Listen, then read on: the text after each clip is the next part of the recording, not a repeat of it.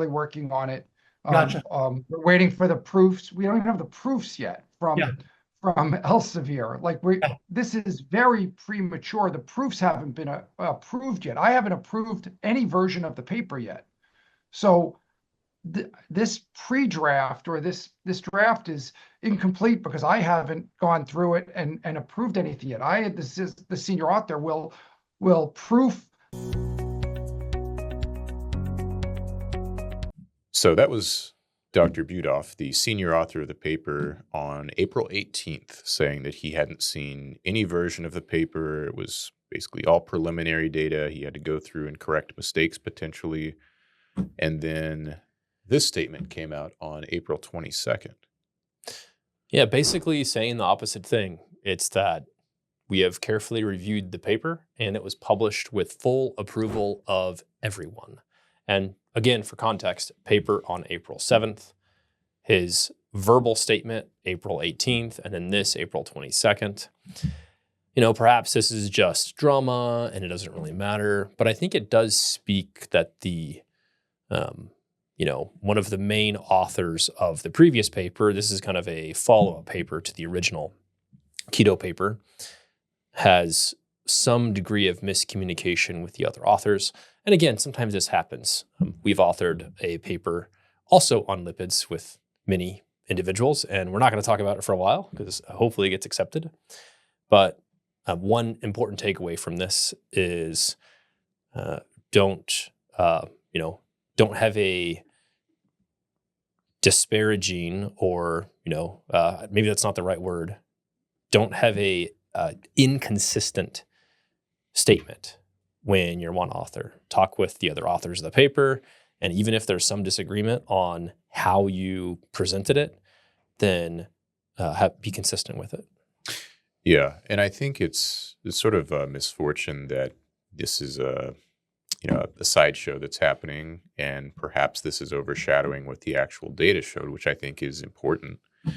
And, people on Twitter are saying, oh, look what a mess this team is. You can't trust anything they publish. They're dishonest. Look, this guy lied. And, clearly either the person that wrote this, response on the 22nd or the person that gave that video interview either intentionally or unintentionally said something false. And, Yeah. That happens. People get in uncomfortable situations and sometimes say things they don't mean. But, you feel bad for the other co-authors who perhaps did have better or more consistent messaging, and now they're sort of derailed and caught in the middle of this, Budoff mess. Yeah, perhaps this is not always the case, but I would certainly not love to be one of the other co-authors. I know Tommy Wood was a co-author. I know Nick Norwitz is a co-author. So it'll be interesting to see if, more behind the scenes info comes to light. However, it is also possible, not probable, that they did all of this on purpose to get more attention, like Greg Doucette with bodybuilding drama, or Hiller with CrossFit type stuff.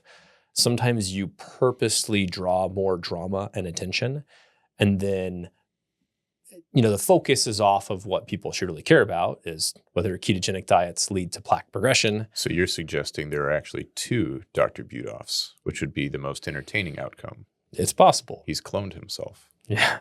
Yeah, probably not cloned himself. So which one is playing the evil two characters? clone? Yeah, playing two characters, if you will. Sure. But this study has certainly got a lot of information, and what should be taken away from this study is there is rightfully lots of disagreement about how they present the data, and unfortunately, they did not take all of our recommendations from the previous videos we've made on the keto trials. Yeah. Cameron, let's go ahead and cut to, this is one of the more entertaining takes I saw. We can put the little graph that has the red square in the top right corner. And this is, I believe, totally fictional data. This is just sort of poking fun at the idea that if you slice up data enough, you can make things not statistically significant or statistically significant. So I just thought that was interesting. And now let's go to the actual data on the slide. And this, I believe, is not statistically significant, but you can see there is a slight slope towards higher ApoB and faster plaque accumulation. But what's really interesting to me here is you see this dotted line along the bottom. This is where the most important data is. You have 4, maybe you could make a case for 5 out of the 100 patients that actually did not have plaque progression. So the point that some people bring up is that, well, one person actually had regression. So that's your data point below that dotted line. So one person reversed their heart disease on the keto diet.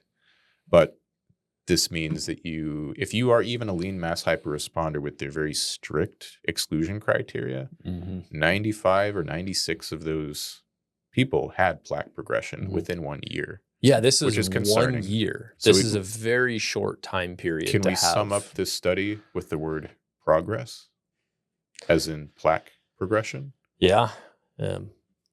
A reasonable takeaway would be almost everyone that is a lean mass hyperresponder has significant plaque progression on a ketogenic diet within only 1 year.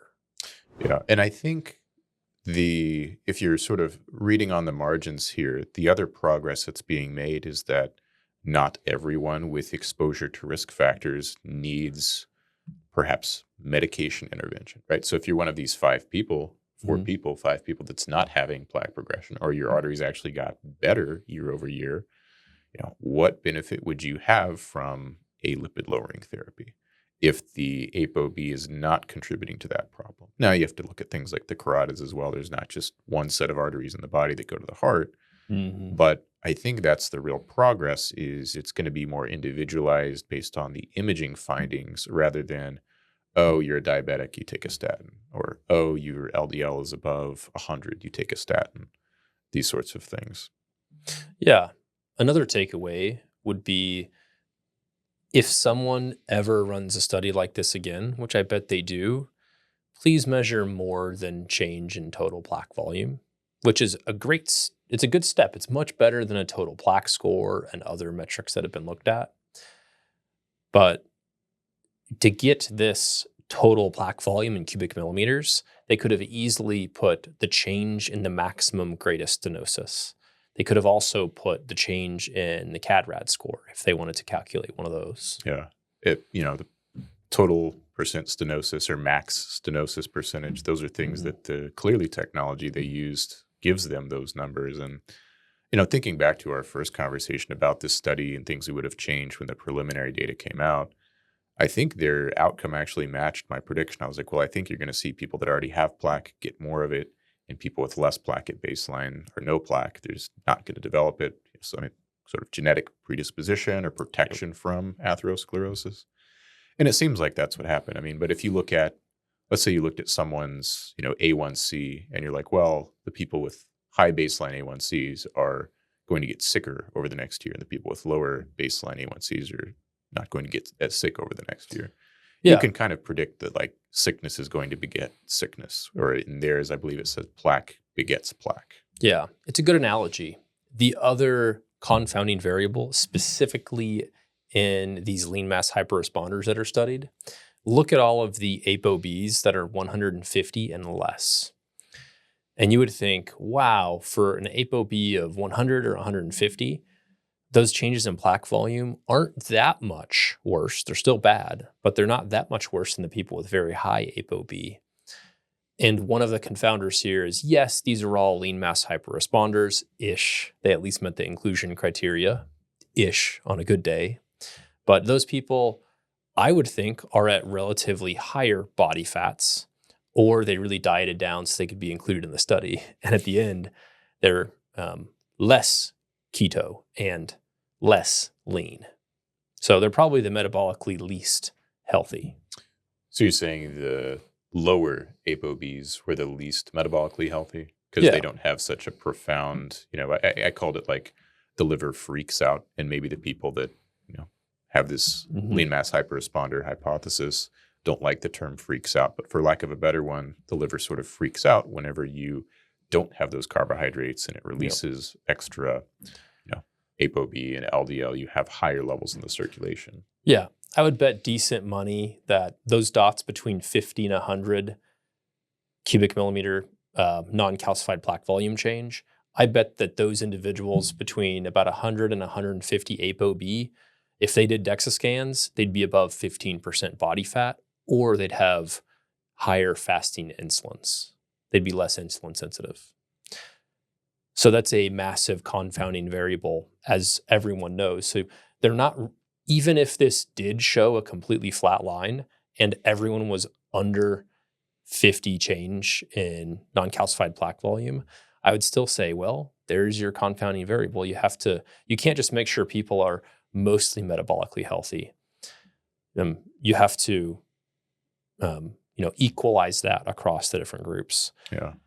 Well, and I think that even if it is a completely flat line and you still have 96% of the subjects having increases in plaque, it tells you all you need to know about, like, speaking in generalities. It's not true individualized medicine, but in general, people who have this phenotype seem to have plaque progression happening. And, the solution for that few on the margins that aren't is you follow the imaging rather than the biomarker. And there are people who are sort of against that approach. And they're like, no, you should just lower, ApoB and LDL for everyone, no matter what, because most people die of heart disease. And I can certainly follow that line of thinking. But, what are your thoughts on that when you have people that are opposed to any kind of imaging guidelines making its way into primary prevention? Because right now they're not, other than you can use CAC and things like that. But like this sort of a sensitive test being used in primary prevention, it's maybe $400 or $500 for a person to get one of these done. And you certainly don't have to do them every year like this study. Yep. But there are people who are, they criticize that, say, well, it's going to drive healthcare spending. Like I have a hard time wrapping my mind around it. So I'm curious what you think. Yeah. From a logical perspective, does not make any sense. However, if you talk to almost any lipidologist, family medicine doctor, cardiologist at a big academic center, there's exceptions, of course, but most of them say, well, if the patient doesn't want to go by guideline-based therapy and they want guideline discordant care, then they're just out of luck. It's not your fault. Just document that they refuse the interventions. And, basically saying, we don't care if they have progression of ASCVD or a vascular event. Yeah. So they're saying it without saying it, but they're saying, I'm a lipidologist, not a CCTA-ologist. Yeah. CCTAs are more in the realm of, like you said, primary prevention and family medicine. Cardiologists like to see people that have, they need stents and, they need ablations.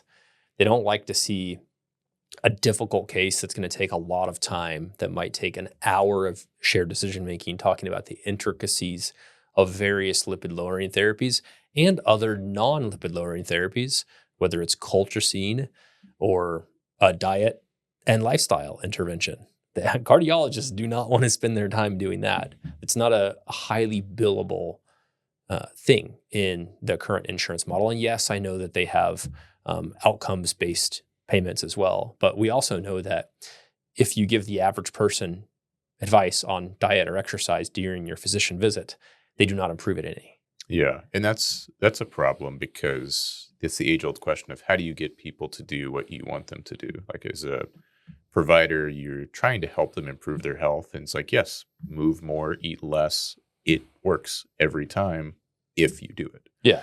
That's why specialists want fee for service, is because if it's not fee for service, they're not going to have better outcomes from it. Is this enough of a motivator for people, though? So if you tell someone, yeah, your blood pressure is high, yeah, your cholesterol is high, you need to work on getting these down, I'm going to recommend a medication. The person doesn't feel their high blood pressure. They don't feel their high cholesterol. But if you put a picture, like clearly scanned, right? They have a very nice report. You can show the patient. Heart flow as well. Imagine you do this, 3 years later, and it's like, wow, you've had, like, instead of 100 cubic millimeters, you've had, 300, or maybe it becomes exponential. It's like now you have 500 cubic millimeters. That's a lot of plaque you're putting down. You can show a patient something like that. It only takes a few minutes. You can do that instead of talking about diet. Of course, you should always talk about diet or refer to someone in your interdisciplinary team. But if you do that, I think it would move the needle for maybe more than half of patients, not 100%, but more than 50%. So 51% or more of patients would actually be impacted by that knowledge that their arteries are like clogging up as we speak? Do you think that's a good estimate? Do you think it's higher or lower?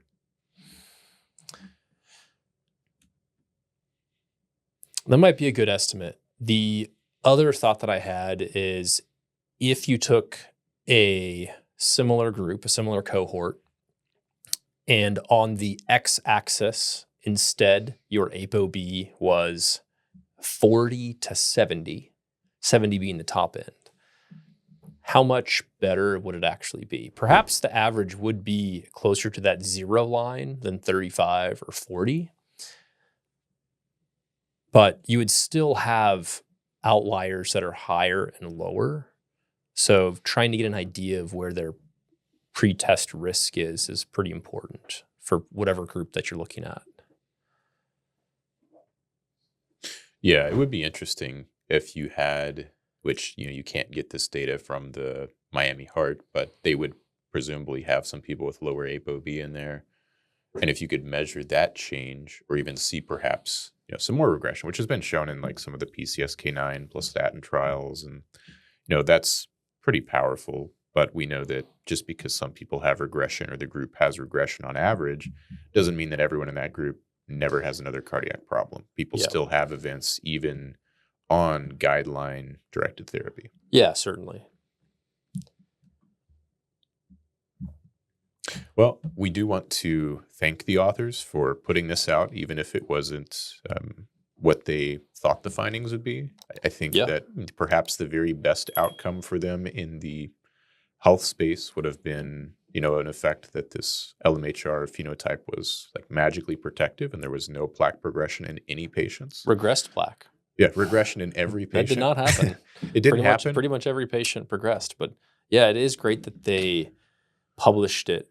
It makes me wonder if some of the authors wanted to publish it and some of them did not, perhaps. Yeah. Either way, it's open access. And it's thank you for doing that. The cat is out of the bag, and people have had commentary on social media, some kind, some not so kind. But I think it is going to drive some progress, like, looking at imaging a bit more seriously as a way to, if nothing else, kind of risk stratify people like you and I do in a clinic setting. Mm-hmm. Maybe that makes its way into something more mainstream. Yeah, certainly. So as always, thank you for your time, but post questions in whatever comment section you happen to be listening or reading this from.